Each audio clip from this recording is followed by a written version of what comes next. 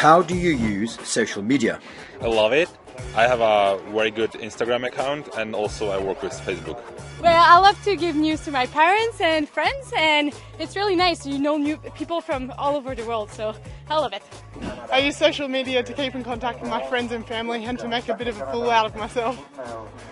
Social media is a good way to connect with friends and family back home while we're racing over here, and they can see what we're doing on the water. I don't really do it. I'm not really into social media. I like looking at stuff, but I don't do much.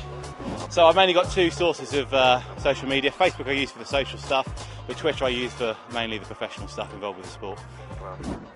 I use social media to keep up to date with all my friends and to use it for all my sponsors.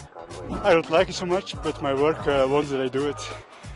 I use it to keep in touch with friends and family.